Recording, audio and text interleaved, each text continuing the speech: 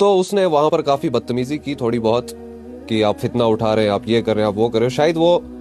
بریلویوں کا کوئی سپورٹر تھا, ماننے والا تھا. کیا ہے بھائی, اس کی وجہ آپ کا داؤدی صاحب ہے, اس کی وجہ آپ کا حامی صاحب ہے, اس کی وجہ بریلویت کا ہر ایک وہ فرد ہے جو اس کے ساتھ جڑا ہوا ہے اور جو اس مشن کو آگے چلا رہا ہے کہ اللہ کے نظام کو ختم کرنا ہے, محمد رسول اللہ کے فرمان کو ختم کر کے ایک بدعت شروع کرنی ہے کشمیر میں. جیسا کہ آپ سب کو معلوم ہے کہ میں کچھ دن پہلے کشمیر کے دورے پر گیا تھا, جس میں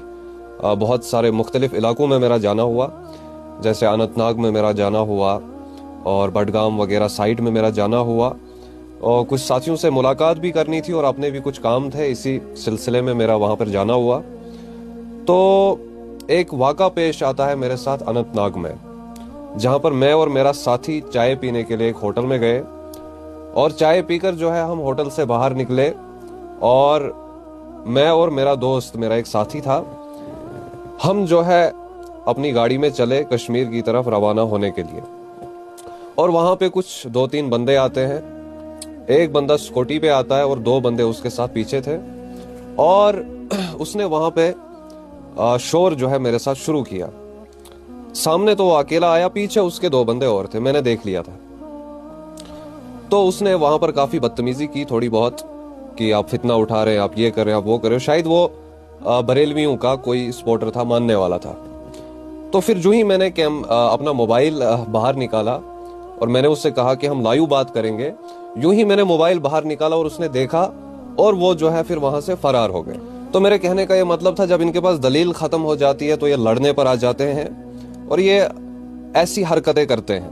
لیکن ان حرکتوں سے ہونے والا کچھ نہیں ہے. ہم تو ہر جگہ پر, میں جہاں پر بھی جاتا ہوں میں پوری تیاری کے ساتھ جاتا ہوں کہ کوئی واقعہ اگر میرے ساتھ ہوا بھی تو ہم سامنے بیٹھ کر بات کر سکیں. جیسے وہاں پر بھی میں نے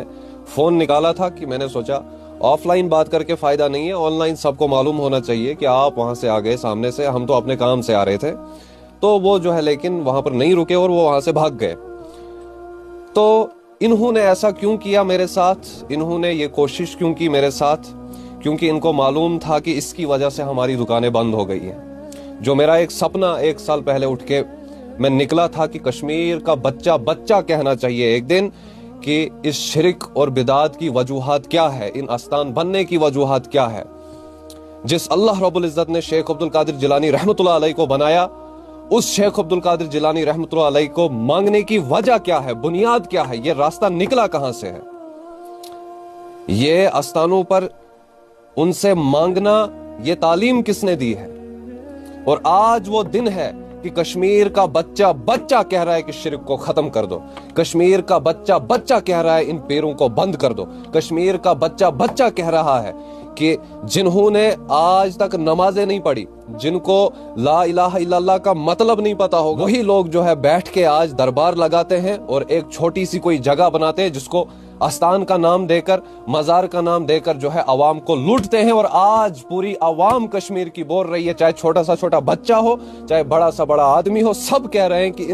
یہ شرک جو اس وقت کشمیر میں ہو رہا ہے اس کی وجہ کیا ہے. بھائی اس کی وجہ آپ کا داؤدی صاحب ہے, اس کی وجہ آپ کا حامی صاحب ہے, اس کی وجہ بریلویت کا ہر ایک وہ فرد ہے جو اس کے ساتھ جڑا ہوا ہے اور جو اس مشن کو آگے چلا رہا ہے کہ اللہ کے نظام کو ختم کرنا ہے, محمد رسول اللہ کے فرمان کو ختم کر کے ایک بدعت شروع کرنی ہے کشمیر میں. دین کو بدنام کرنے کے لیے شرک کی فیکٹریاں ہم نے کھولنی ہے, کیونکہ یہ مسئلہ جو ہے ہماری پیٹ کا مسئلہ ہے, یہ مسئلہ جو ہے ہماری عزتوں کا مسئلہ ہے, مرتبے کا مسئلہ ہے.